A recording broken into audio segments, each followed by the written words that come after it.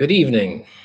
My name is Beta Rock, and together we can change the world. Again, my name is Beta Rock, and together we can change the world. Now, this is the second of what I intend to be daily 6 p.m. Uh, sermons, presentations, what Beta Rock is, every day of the week. On Sunday, which is tomorrow, we'll add a Sunday school time of 9:15, and then I think that's what I said, and then 10:30 or 9 and 10. I should have that straight. I don't.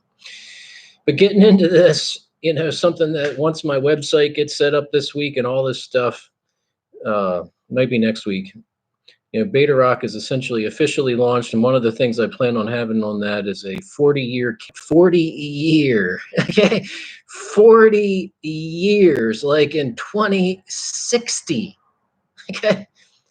Then we'll step back and evaluate if the goals of Beta Rock Church have been met. So out of the gate, though, I think, can I do something? So I have here on this other screen over here a sermon kind of outline of things. And will that last 40 years? But one of the things at the very top is title. And what's the title of what I have in mind for right now? What is Holy Week? Now, when I say that, it feels a little cheesy to me because it is Holy. This is Holy Week. It is Saturday. We are supposed to be sad, okay, as we contemplate. Driving through town today, I saw an element. There's a church in town with a cross, and it had what color? What color? Purple. Yep, purple. Purple cloth draped over a cross because it is Holy Week. We recognize this.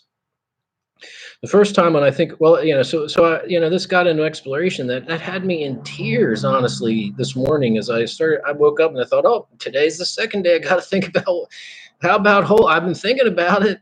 I spend all day thinking about Jesus these days, and it's fun. And so today, but man, I did not expect to get into this. Over here on the screen, I thought this might be, I don't know how things are going to go. But anyway, the title says, what is Holy Week? Intro. My name is Beta Rock, and together we can change the world. Okay, so that's a goal. Right now I see one person. I can't tell who that is, but one person's watching. So what are some of the goals? 32 million. The first, what do you call it? Great Awakening. 10% based on Jonathan Edwards, a little bit of research, and there's more that I need to do.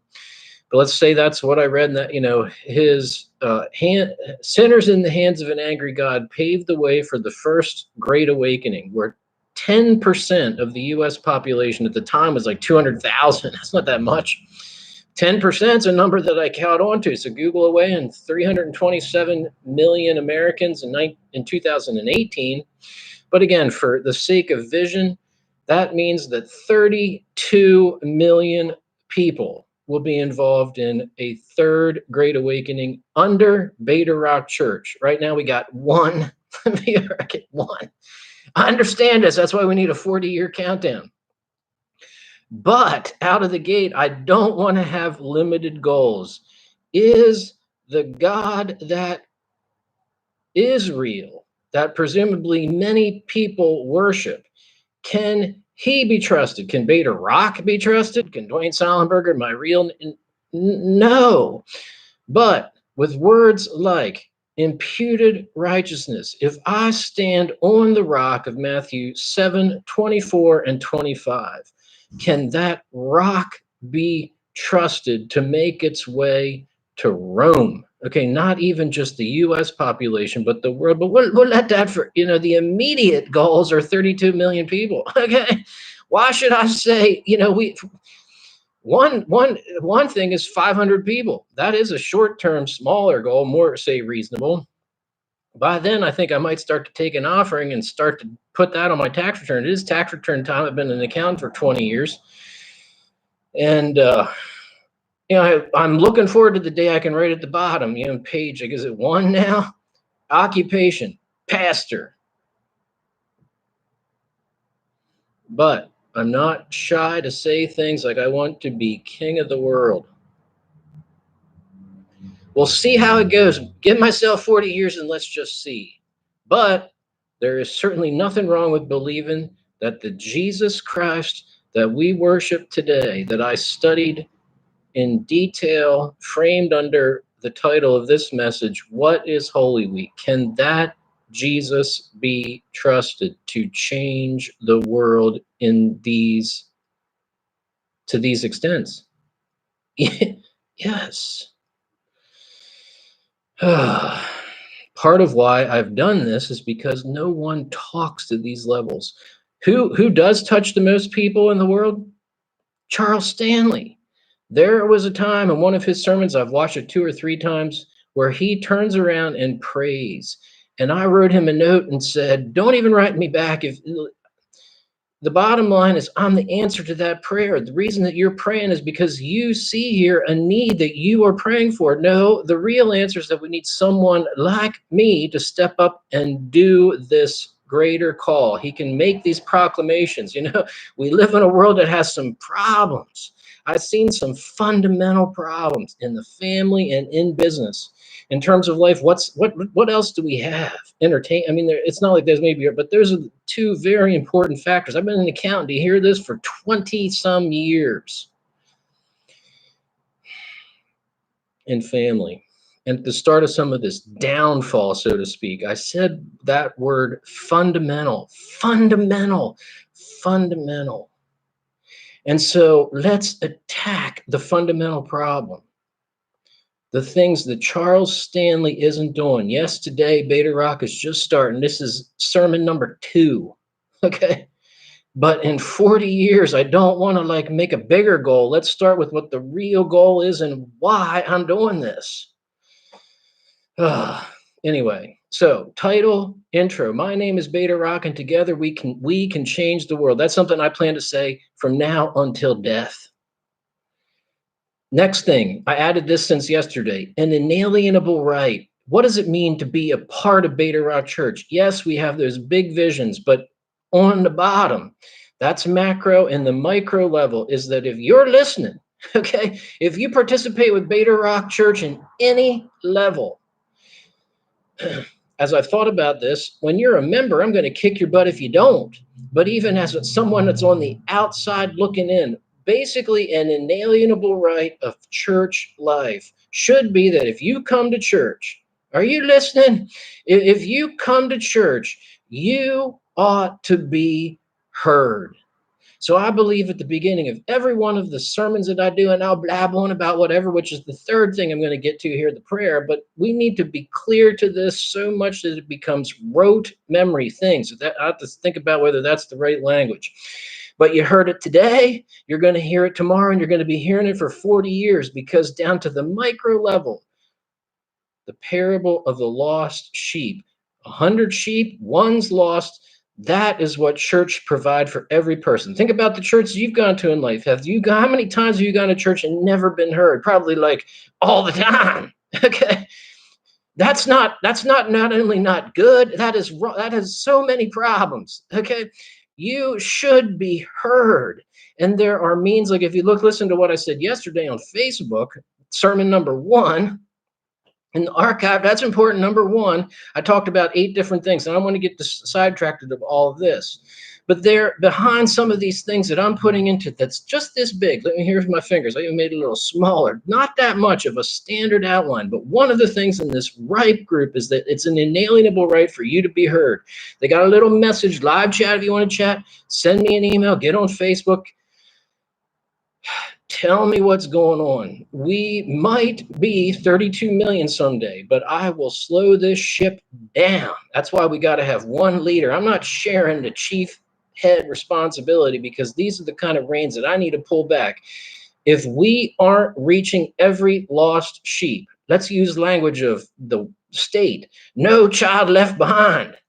If we're not doing that as Beta Rock Church, then I fail, and we will stop until we get it right. Pull back the reins, because it's an inalienable right that you need to experience.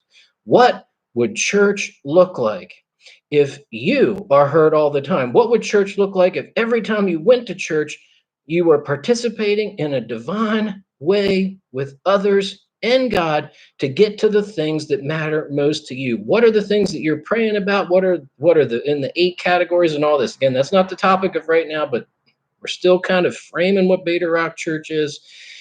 So eventually, once we get kind of trained here, I can just rip these out. An inalienable right, if you participate, have you been heard? Now, the third, if you participate, have you been heard? You need to ask yourself, and you need to be pissed if you haven't been.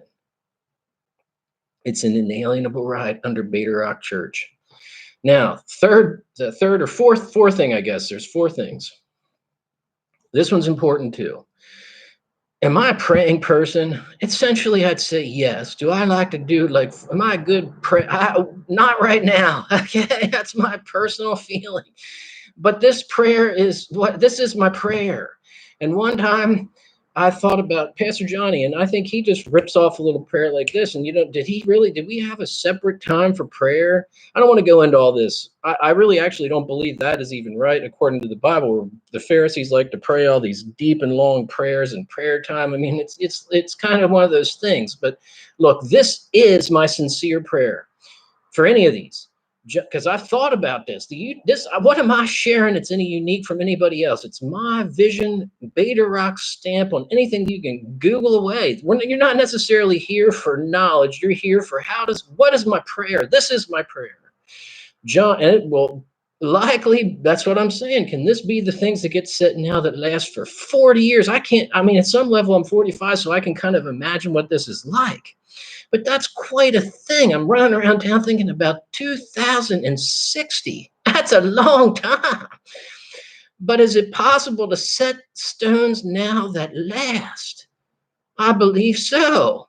Matthew 7:20, by God, I'm going to trust Jesus because I don't want to be on the sand anymore. But this is the kind of things that then with Jesus as the rock, I can do things like this. And even pastors I've heard listen to Charles Stanley stuff he's preaching back when he was able-bodied and not nearly dead are the same messages you hear today. Things did not change because he stood on the rock of Jesus and it hasn't changed. That's the fact. John 3:8 becomes my prayer. The wind blows wherever it pleases. You hear its sound, but you cannot tell where it comes from or where it is going. So it is with everyone born of the Spirit. And then my prayer, Lord, may I be your wind here now in Jesus' name. Amen. Okay. The idea with this,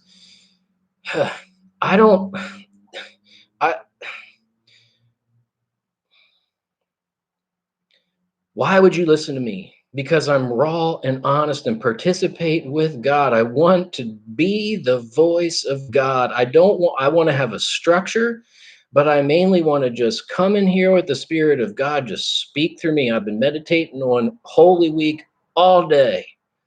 Did I script any of this? Not other than these little bit. That's it. One time I think I went to Asbury Seminary, and that's a Wesleyan. John Wesley. And I think there or somewhere I heard this idea that his sermons, he something like blah blah get him, like something probably about this big. And then he went and he did change the world. He did. Do I like listening to memorize? No. You need to be able to. Who are the people pastors that I like listening to the most when they are authentic and raw and honest? You can't buy that. Okay. Anyone can Google and learn about Holy Week. No one except this unique little snowflake called Beta Rock can take all that and translate it into the best of my abilities. That's my prayer, to speak it out into what God wants you to hear through me. I ain't divine, okay? But this is stepping into something where I'm saying, that's right, the imputed, where I can be the mouthpiece for God. Ooh, okay? I better be on that rock real solid and I trust that I am. And then the prayer is honest and authentic, and God willing, let's do it. All right. That's the introductory kind of stuff to things that matter. There's a closing.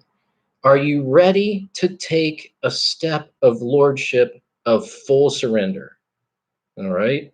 Maybe I can say that more eloquently. As these go, that's the one that's a little squishy. Maybe there's some ways that I can kind of snap it up and make it nicer. But the idea here is, how is Beta Rock different? And listen, Billy Graham, who Time Magazine loves Billy Graham. I mean, that is really something when you go to a secular magazine like that and they got nothing but good things to say. Okay. Wow. But listen to me. Billy Graham did not do it altogether right. And it has negative consequences because his primary ministry was to get people saved. Okay. I talked about this a little bit yesterday and I'll say it again. That is not the purest message. What's better is to, because he's right, but that's only one slice. That could be the first time that you give what I'm saying, the lordship of your life to Jesus. The 6 inches, the language here, it's easy, but it's very difficult. It's why people cry. I mean, okay. I've lived a life where at different times I believe that I've made those decisions. And when you talk theology and all this kind of stuff, at the end of the day, all that I'm 100% clear about is that yes and no, there are paradoxes here, and this might be the primary one. Are you saved by faith and not by works? Hear me? Yes. But the paradox here is, how do you know that it genuinely happened to begin with? And works do matter. So, best of my abilities, that's the language. I heard this from other people. I'm not the only one. James, Jesus' brother, says as much in James in the Bible. Okay. It's part of me being brethren in Christ and everything that I am, going to Roxbury Holiness Camp and all this stuff, where it is a paradox that we need to lean into.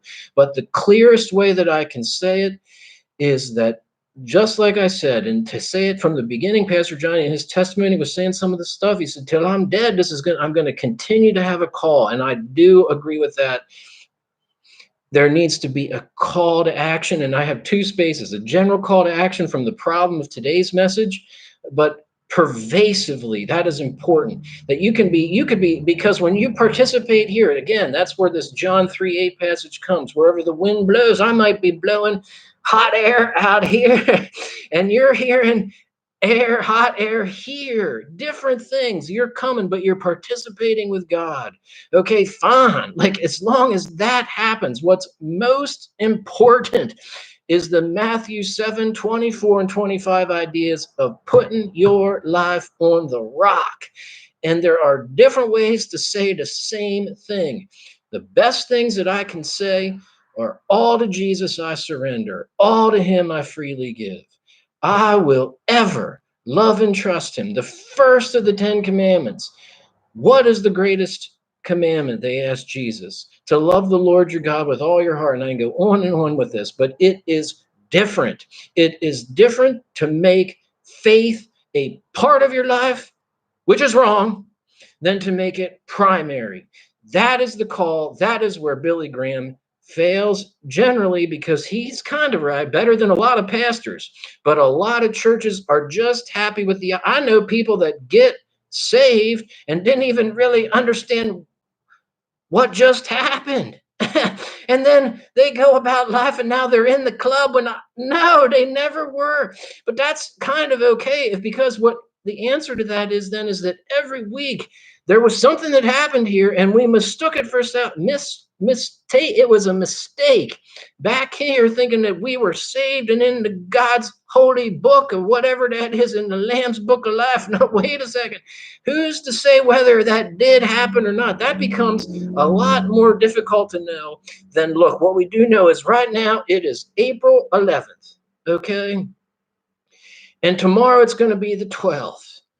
And I do believe that there is a pervasive and comfortable place to be, where things like sanctification get thrown around. You can come into a state of this because I have made certain commitments now that make me feel like it's never going to change. But the fact is that it can. And I believe, I know that it can. I can go back just as much as, but so then fine, right. That's why I'm saying Beta Rock is on to something very, very, very good here and very critical, because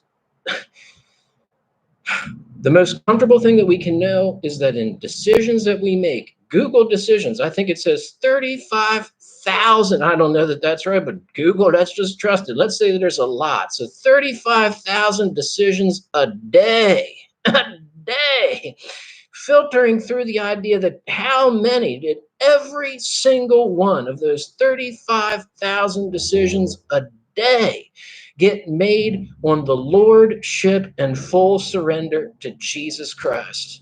Okay. Now, the fact that I had ice cream, is one of my, that definitely was one, okay, that I made today. Was that giving lordship to Jesus? Well, we can debate about that, but that's the kind of stuff like speeding. And I mean, here we go. And we're not even talking about Holy Week yet, but this matters more. And yes, what one day becomes whether you speed and is going 56 miles an hour a sin. Well, ask gotquestions.org and they say yes. What is hamartia? This is good. It is critical. Every message, be it Easter, Holy Week, Easter Eve, that's what this is. Sad Saturday. Nobody says that, but that's what it basically is. Jesus dead. He's in hell right now to the, sad Saturday. And that's all fine and good, real good. But you know what? Tony Campolo's message, it's Friday, Sunday's coming. Well, I got a different message. It's Saturday and Monday's coming, and Tuesday and Wednesday, and the most of our year is spent according to the Catholic Church in ordinary time. God help me to stay true to all this. Are you ready to take a step of lordship, of full surrender? I don't care if you've been a preacher man for your entire freaking life. I worry about this because of the number of people I know that I believe by the authority of Hebrews 10:26-31 are going to hell. Okay, now, we talk about that passage, or people talk about, sinners love the passage that says, do not judge. Well, I think, and I'm definitely not getting into that topic. I'd have to pull up Google and spend time refreshing my memory. But the bottom line is, it doesn't mean don't think. Okay. But to some of the base people, when they've really studied this, it doesn't mean you just can't make judgments about people. But they were saying, that maybe to the quality and eternal place of a person's heart, we can't judge into that space. Okay. But what I can tell you is you better think about it yourself. Okay, so if you don't listen to the rest of what I say about all these wonderful things that had me in tears and all this stuff about Holy Week, well, that's, fine.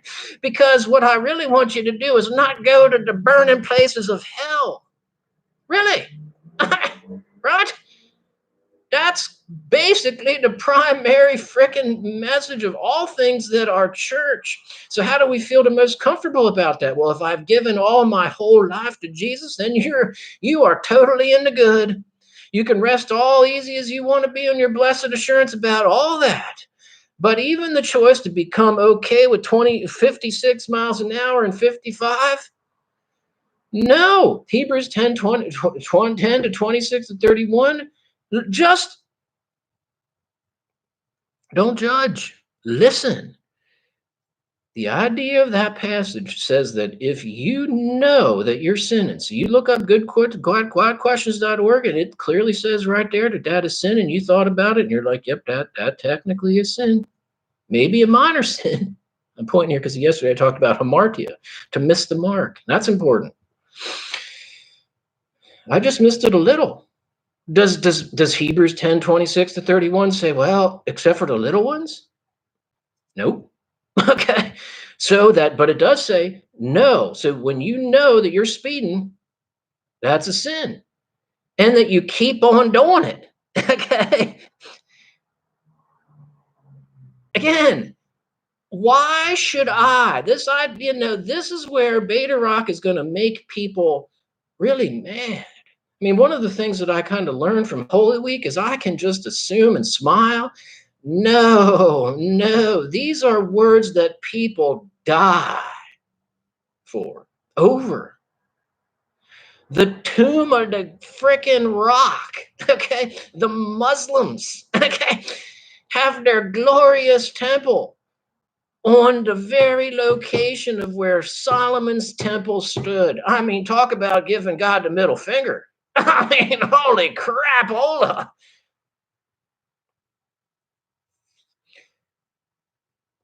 Sure, if we're on the same team here, we're going to get along fine, but we are talking about extremely powerful words of conviction. So then your job is to embrace that, to find the fear of God and evaluate it and change. God help you to own the reality of hell. That's a pretty good one.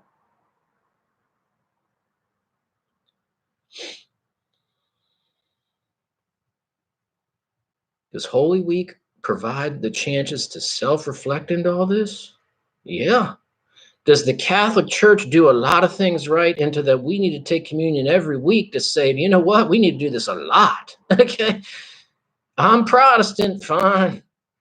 I'm a Bible believing man just as much as my Catholic friends. I got one Catholic friend. I texted him because guess what? I'm in tears, my Catholic friend, and I like you, and I don't necessarily, I don't necessarily agree with everything that you guys come up with, but this and the stuff that I've learned shows that you guys have so much stuff right, and shame on us, Protestant people, for smashing the cat or just not listening. No, like, look, there, yes, the Catholic Church would have certain faults and whatever, but to devotion and to some of their primary things here, that's what I'm saying is what they've been doing for a long time. Confession, to always own the fact that we can do this. Is Jesus Lord of your life? This is, don't do communion. Don't do it. Don't partake in the Lord's Supper. Bad things happen. I don't know those verses well enough, but I mean, they do it every week. That's what Beta Rock is doing too. Do I intend to be better than the Catholic Church? I want to be friends with the Catholic Church.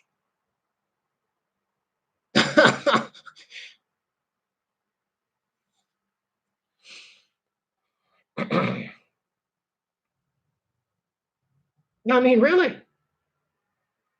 Do I want to rise above the Pope? Yes.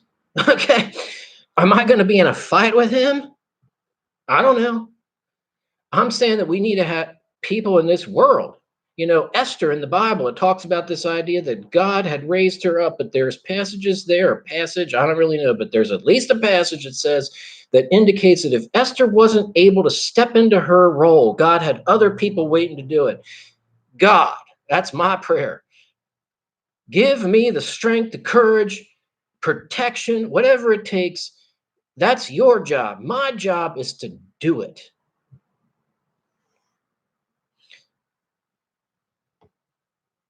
So that's a lot of words to say. The base closing reality, what you need to think about from the beginning, I guess, or to know, preparing. Because when you went to, First Baptist Woodstock, this is the introduction. We're 29 minutes into this, and this is the introduction.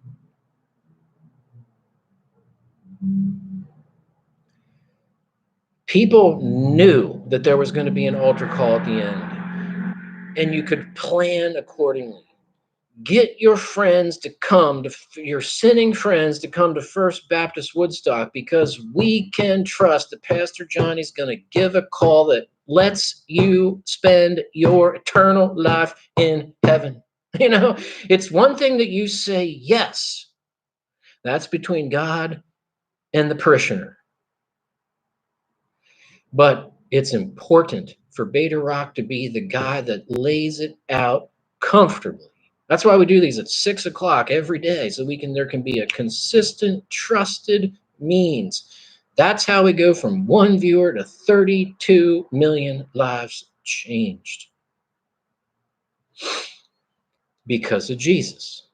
And are you ready to take a step of lordship, of full surrender? And then, friends, like the angels rejoicing in heaven, right, join a club. Like Pastor Johnny says, the most important decision that you'll ever make. Lost and found, the sheep and the goats. We gonna die. A mist, says Solomon, that this life that we live, eternity. I mean, if I was God, would I make a hell? I mean, the fact of the matter is that I'm not, and the fact of the matter is that there is one, according to the Bible.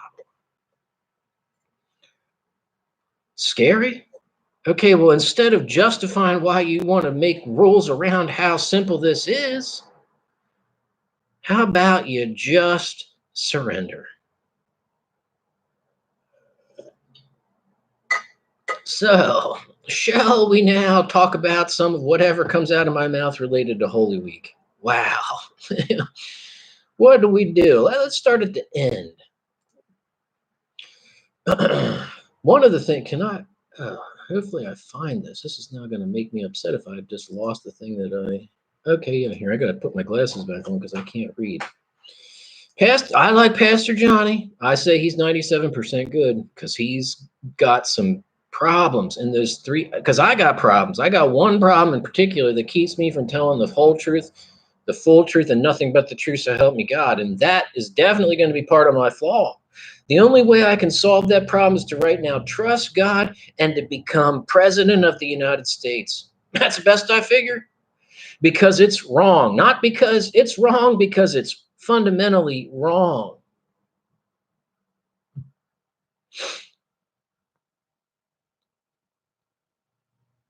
Anyway, Pastor John's got 3% problem. Let's say I got 3% problem. I'm not saying that's fine. I'm going to try my best to have 0%. But right now, my hands are tied into a situation that I can't get out of. And there's some things that can't be said that need said. Just know that I'm not perfect. Some of it might be me. God help me that it's not. But this is defined outside of my control. Anyway. So even though Pastor Johnny is wrong in 3%, and I can tell you how and why and the pain that causes, he's 97% right. And on those things, I can say it. He says a lot of good things.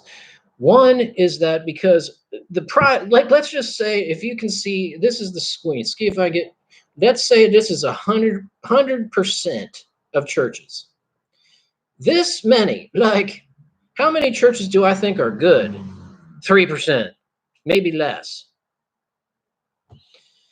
Who do I like? John MacArthur. I like Tommy Nelson. I like Charles Stanley. I like Linear Ministries.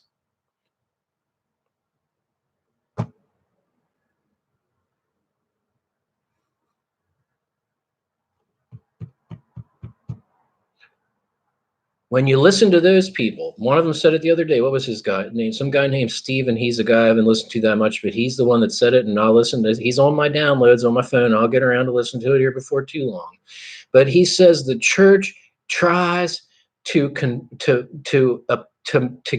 we want disciples. Okay, I'm not arguing that point, but to tact. He says that we've become like the world to we become like the world. No, that's super bad. Okay.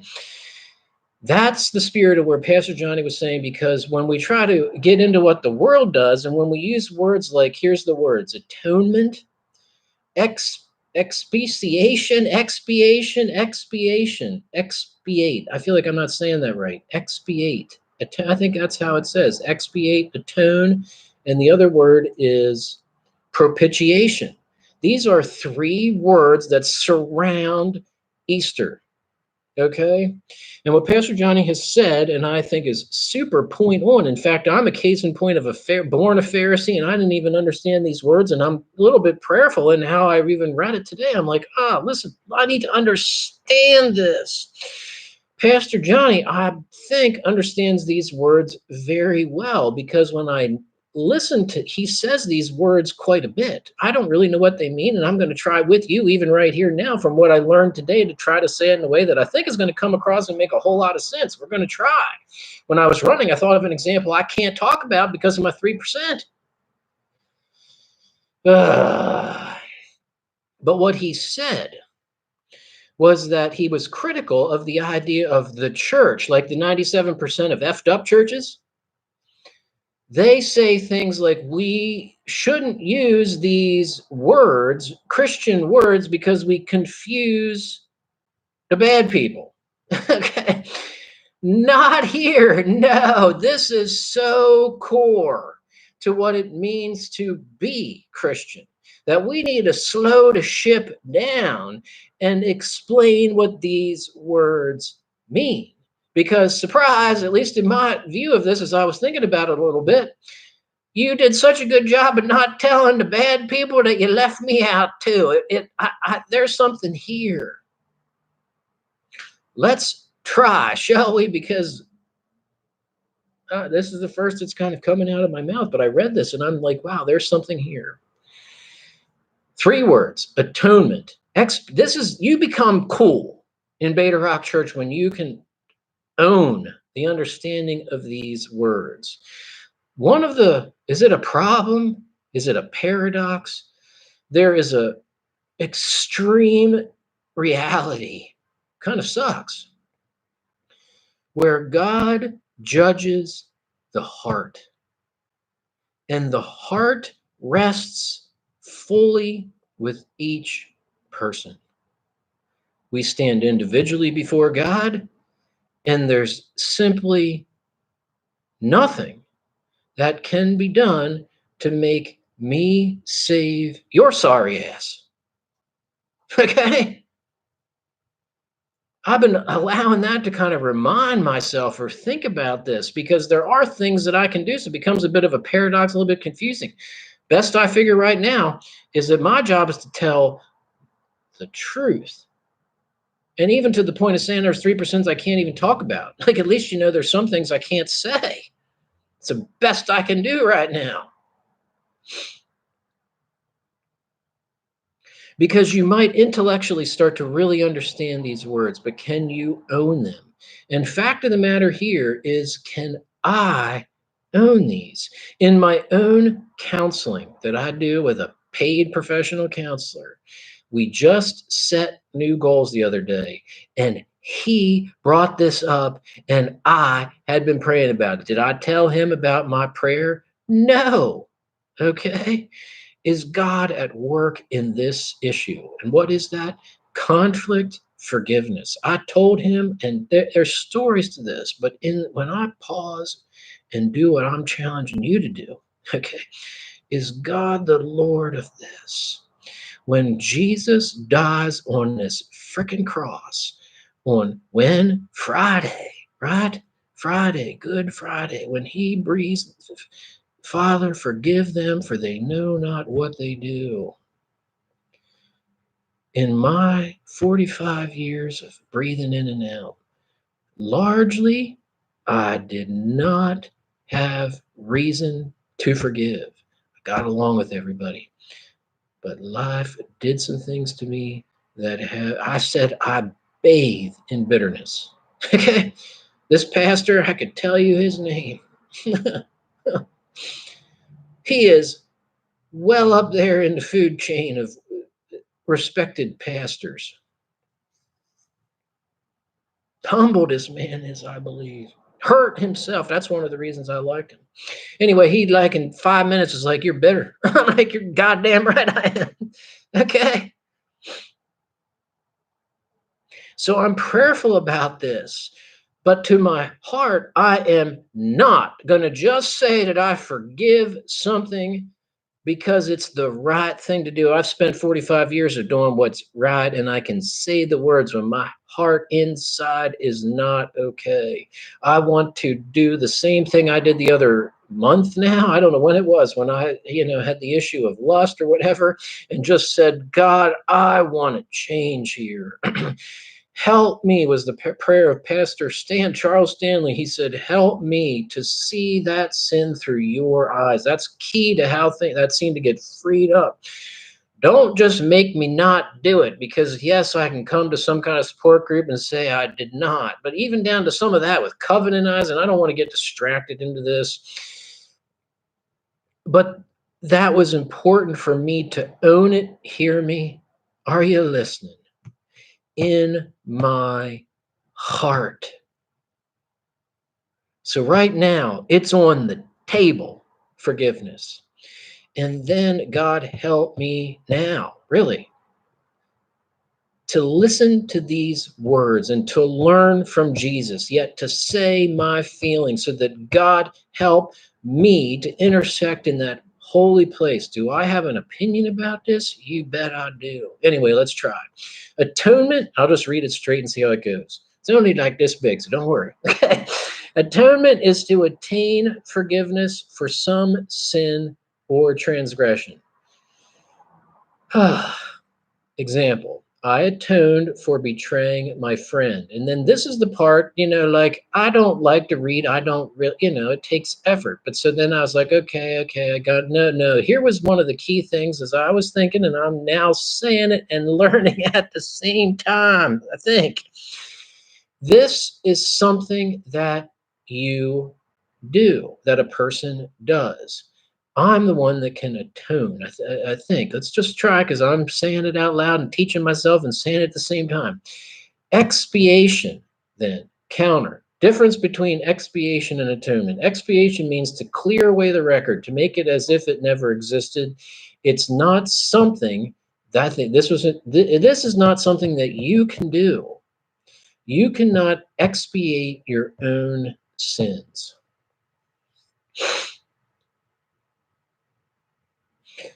National pastors, Joyce Meyer, who I don't listen to anymore because I have simply just settled into the reality that we don't make decisions about right and wrong based on feelings, because my feelings, 100%, I don't know, it's the first it's come, let's just say 100. I 100% like Joyce Meyer. I like her theology. I like her presentation. I like her humility. I like her. But the Bible says that women should not speak in church. Done. Okay. It's not my job.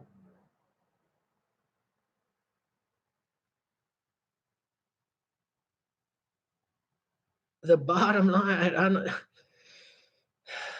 she's gone.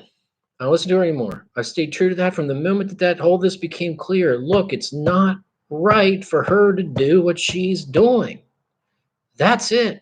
Leave the consequences of what that is to God, okay? And simply trust God. Anyway, why did I say that? Why did I say that? I don't want, now I feel a little distracted and I don't like that. So we'll just put that aside. Maybe it'll come back. Atonement is something that you do. So, okay. Oh, I know what I was saying, because these national pastors, they're so national and so good. They've already got millions of thousands of, and so they can send out survey and really get a pulse of the heart of what people are hurting about. So when you listen to one and you listen to the other, and I think like that, and they even said that. Charles Stanley said it the other day.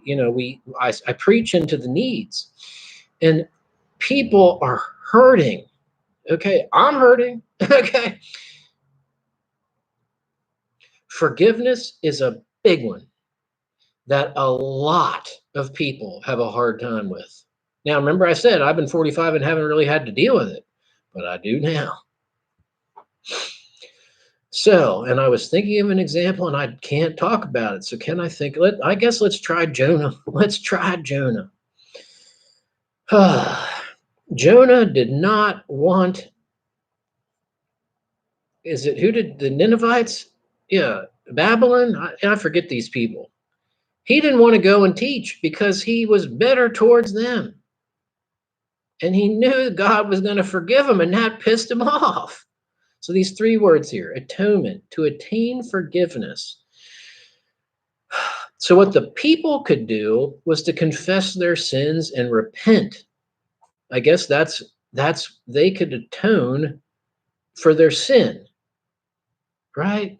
Is this where penance comes in? What when in the Catholic Church the idea of penance is related to an atonement, something that you can do. They can do that. They can say they're sorry. Expiation means to clear away the record to make it as now that then become right. I think that becomes God's job, or as a parent or however to try to understand this. That is a separate event. That's something that they do. They paid a price for their sin. That's the atonement. Something you do, expiation. You can do that, and then it's up to God to decide whether that clears the record. To make it as far as the east is from the west is something that's out of the Ninevites. Is that right? He went to Tarshish and should have gone Nineveh, right? Yeah, it just doesn't seem right. Babylon's in my head. So that's those two words, but you cannot expiate your own sin. So these words are different, and I think they hold a place. Like, I deserve this, God. That might make sense, but that's where you have to humbly allow. I even thought the other day, quite honestly, when you start to get into devotion to Jesus, why am I doing this? Am I doing this because I want to go to heaven? Yes, but I'm saying in my own heart, really, there was this, and I think that's how it has to be. I said that even God, if your divine place of sovereignty has me going to hell. Hey, we're in Holy Week with Judas. Okay. If I'm Judas, if I'm the Antichrist, then fine. I cannot save myself. So I have to live in a peace with this and an awareness that, yes, there are things that I can do. I can repent of my sins. I can change. I can, like in the 12-step program, what can be done? What can I do to make things better? These are things that are in my control to do. Are they difficult? Sure. Okay. Do they have a place? Sure. In this whole wrapped up notion of forgiveness. What happened on the cross? Jesus paid a price. I was watching again today and got to. I can't just listen to the Passion of the Christ because it's in, what is it in? Greek, Aramaic. I think it's Aramaic. I gotta read. So again, because it's like the second or third time watching a movie, and I can't just do other things and listen. I gotta actually just give it my full attention because I gotta watch and read. Anyway. Expiation, that was God the Father had to, okay, he's the one that can do that. Now let's see this last thing, expiation, and now the third word, propitiation. By contrast, propitiation has to do with the object, and we might just be done because there's a lot of things, but this has been enough. We're at 48 minutes.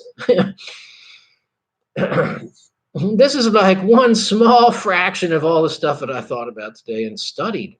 Propitiation has to do with the object of the expiation. Okay, that's clear. No, it's not. Let's try again. Well, by contrast, propitiation has to do with the object. The prefix pro, I'm just reading, hoping that we're trusting God here, that wind I'm talking about.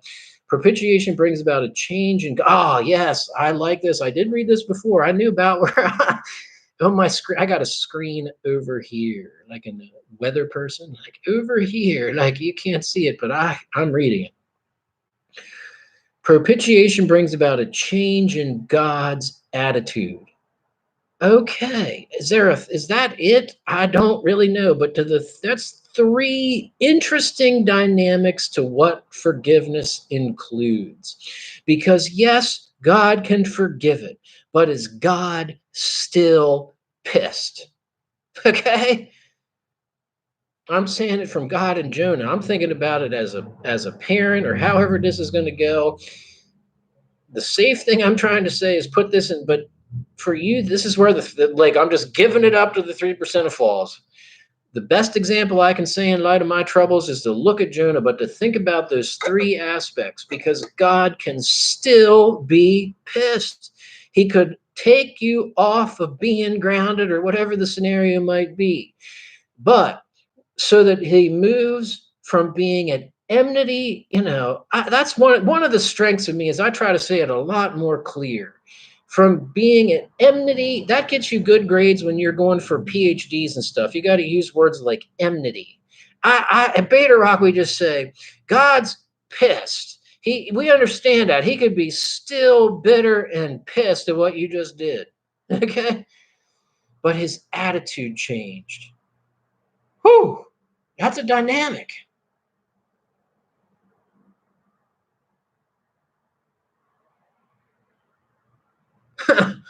And when I think about my scenarios, do I know that God wants me to forgive? I'm not even sure I'm sure about that. And I got some reasons that I do not believe fit into what I believe to be true here. All I'm able to do right now is bring it to God and pray about it. All right. So, did this work in God's holy week devotion do its job for me? Today's been a remarkable day. I mean, this is fun. I mean, it's Saturday, work's coming here Monday. Whether I can do all this work to keep up with this, I think it's going to be fine. But I've got an especially longer amount of time set aside on the weekends here to give to this. And I poured over this all day, and it was fun. Okay. Anyway, so I did skip a part of the thing as we're going to close things out here now. We got 10 minutes, and I don't even know if it's going to take that long.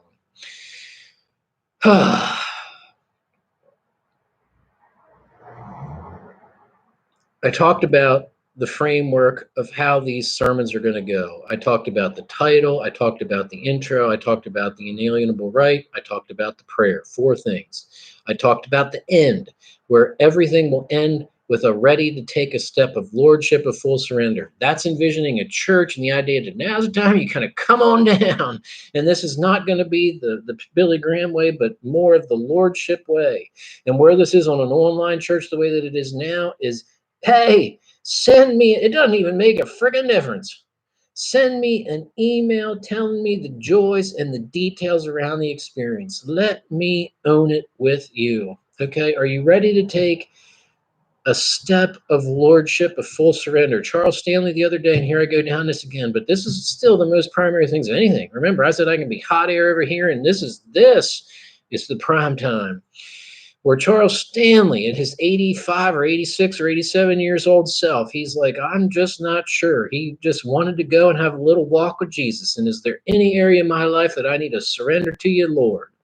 And he got back and he thought, I need to go a little longer. Oh, that's the right attitude.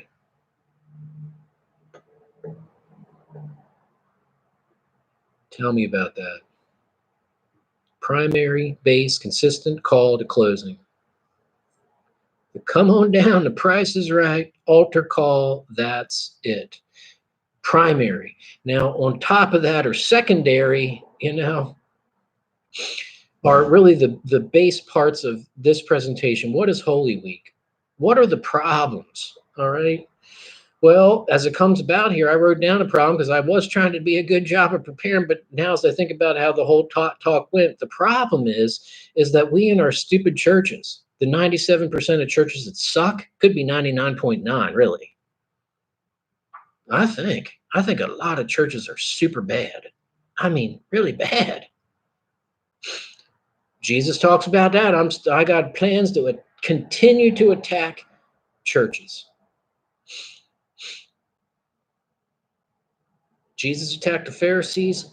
That's what Beta Rock is going to do too. But what we did talk about are these 3 words. Let's go through them again here now. We've got the word atonement, where this is the only part of the 3 thing that we can do, the sinning person or between us and God. What can I do, God, to make it right? I can confess and I can change. And Lord, what is there else that needs cleaned up here? This is what I can do. Atone. Jesus atoned for us and these kind of things that I'm not going to get into. But I think the more purest part, at least in terms of the daily experience. Yes, Jesus has his place that matters fundamentally, and that's good. But to the problem of here now is the idea, what Pastor Johnny said, is that we scoot by these very primary things. We need to spend time instead to own what these things do, because forgiveness is difficult. Are we able to do these things? Do we understand these things? So the problem here is that we've gone to church all of our life and don't understand three words that define one of the core core understandings, core theological points. That's the problem. I guess that's what we're going with. We don't know these 3 points. Atonement is what we can do. Expiation means that God clears the record. You're fine. You're not grounded. Now, we can't control that. That's important. So yes, we know that, yeah, God, we can trust God, but I think there is an owning here of understanding that, no, wait a second. At least when I think of my forgiveness stories, that's an event where I say the record is clear. In atonement, okay, and the record is clear. The sinning people can do their part. That's atonement. Expiation is where I say then, and in the scenarios here, to make it as if it never existed. It's not an exchange. It's not an exchange. It's not a guarantee. I mean, God and things that, again, I think it's important to just own that we need to respect this, that is really something to make it as if it never existed. I think it's been a fault to think that because God does it, that I need to. Look, we have a problem. We got these 3 words that we haven't wrestled with as a church. I'm wrestling with it now at 45 because it's never been taught this clearly to me. Okay, I've heard these words. This surrounds Easter. So the problem again is that we don't know these 3 words. Atonement, what the sinning person can do. Expiation, the forgiver, the God figure. Okay, where he makes it as if it's never existed. That's an event that we need to respect. And that is we don't do the atonement to earn it. He does it. We cannot control that. I mean, I don't know how else to say it, and I think it needs to kind of be beat around like this to say it clearly, to get it in, that it's a different thing, and you can't do it in exchange. That's not forgiveness.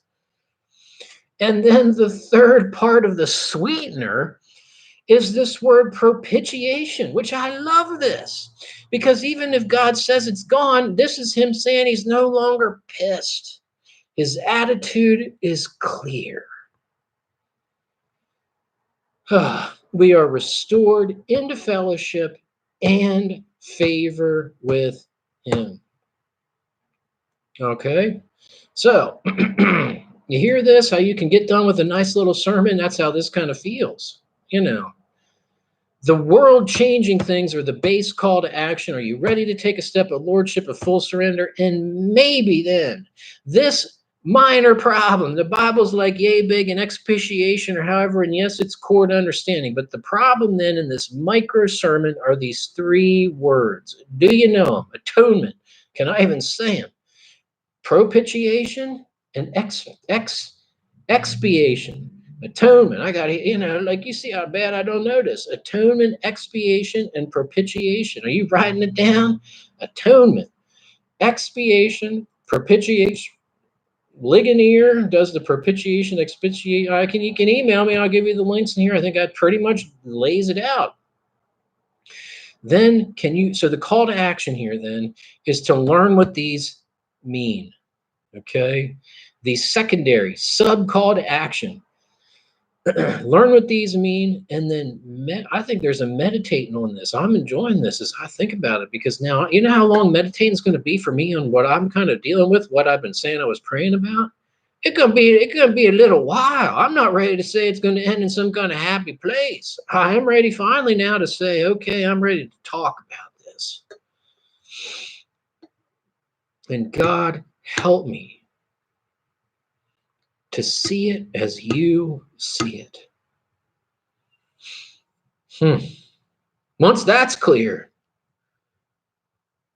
because that ain't clear right now. Anyway, that's me. That's my reaction. Okay. So if I'm a parishioner, not only the pastor, but the parishioner of Beta Rock Church, then maybe then like during the week I'll email myself. I mean, that's you see what I'm saying? Like to talk about that. This is not sometimes these are toughies. If you go to my Facebook and reading Pastor Johnny's, and we're done now at 8 seconds past an hour, but that's fine because we're done. But he said in there that it wasn't just this, it was like an event, yeah, but God had been working on him over a series of, I don't really know how long that was, but it sounded like more than a week, okay? So let's not rush here, this idea of chewing the cud, meditating on what this means. Let's let this saturate into this. This is a big one. Holy Week. I mean, I got 1, 2, 3, 4, 5, 6, 7, 8, 9, 10, 11, 12, 13, 14 other tabs we talked about too. Okay. I can spend a lot of time here.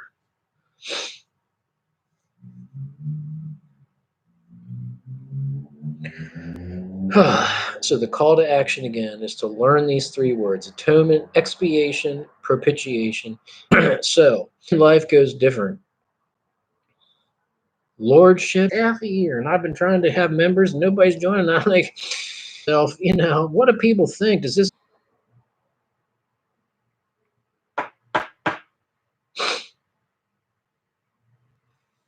So now I'm thinking, should I pray? Lord,